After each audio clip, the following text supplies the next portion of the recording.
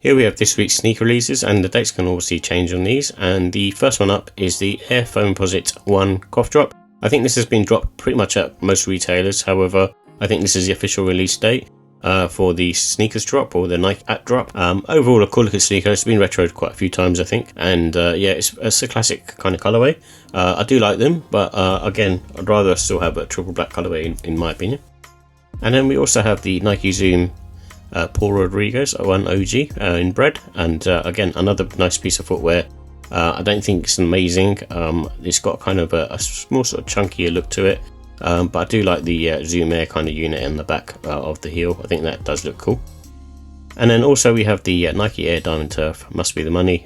This one looks really nice actually. I like the colorway. I don't think it's ever been retroed, and the materials look really nice on this as well.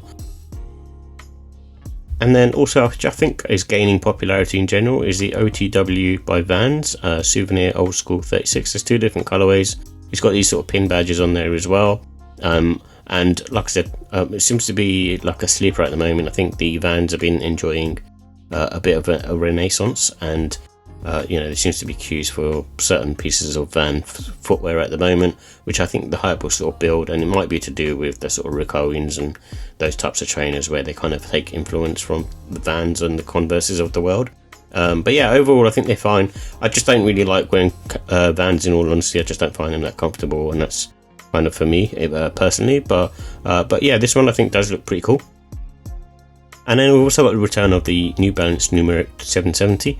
This is a nice shoe. It's part of the, I think, skateboarding line. Overall, I think it's got a clean look to it.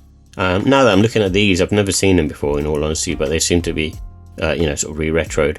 But now that I'm looking at them, to me, they look very similar to the Jordan 4 RM, actually. So maybe Jordan 4 RM's taken inspiration from these. And then we also have the Nike Air Rift in Pearl White.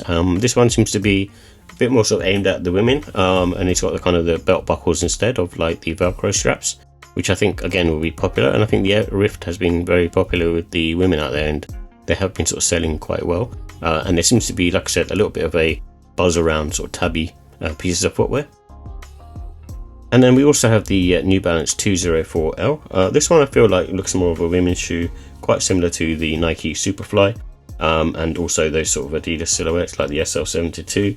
Overall, it's a clean looking shoe, but I feel like, it's one of those ones where and the shoe has a pointed toe box, and probably more for the female audience. And then we also have the HAL Studios Adidas Intimidation, and these are looking really nice and really cool. And again, it's a re-retro, but I think HAL Studios have made them look a bit more, I guess, neutral looking, and also they still sort of look futuristic to me. But yeah, overall a cool looking piece of footwear. The Yeezy 500 took inspiration from this, and obviously the midsole outsole was from those as well. And then we've also got the Levi's Nigo Nike Air Force 3 Low Olive Grey. I think there's also a Mantra Grey colour, I think it's called, or like a stonewash colourway. That one I think looks nicer than this one, but this one looks very solid still. And being a Levi's collab, which pretty much came out from nowhere, I did hear about these probably about 6 weeks ago, but I didn't realise they were a Levi's collab. But yeah, I think they'll be limited in numbers, and yeah, I think Nigo's not bored of the Air Force 3 just yet. And Angel Reese is dropping 3 different colorways for her silhouette, which is the Reese one. And yeah, I think they look pretty cool, actually, pretty nice. They've got sort of the energy return system on the midsole in terms of its tech, and overall I think the look is pretty cool, but it looks still very similar to other basketball sneakers. And the same goes for the pink version as well.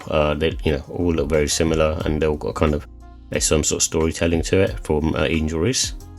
And also the same goes for the Diamond Dust as well. So this is another one which has got more of a neutral look and almost got like a blue hue to it.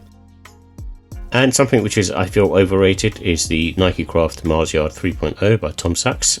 Again, these will be limited numbers. I think there's supposed to be like 6,000 or 7,000 of them. But again, it's just one of those ones where it's more hype than anything, especially for the price. And then also, which kind of came out from nowhere, I'm not even sure who Facetasm are, but this is a collab with them and Asics on the gel Kayano 14. I think this silhouette does look nice in terms of, I do like the Kayano 14, and I think they've done a cool colorway as well. It's quite different, and a lot of different hits of color on there.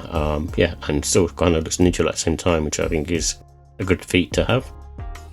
And then something which has been inspired by Nacho Libre or wrestling is the Air Jordan 3 OG El Vuelo, and you can kind of see the hits on the sneaker and the overlays. Just a unique take, really. Not something that I would grab. It's a bit too sort of, I suppose, cartoony for me, or sort of more kiddie. But yeah, I still think they look decent because at least there's something different to what you've normally been getting. And then also from Jordan, we've got the Jordan 40 Dusty Rose. This was, rumoured to drop a little while ago. Another sort of clean colorway, but I kind of like the Chicago one that's coming out, which has got the Nike swoosh on it. And then also from Travis Scott, we've got this Fragment Air Jordan 1 Low. This has been, I guess, rumoured for the past near enough year or so, with the military blue colorway. It's got premium materials on there and does look like a classic shoe to me.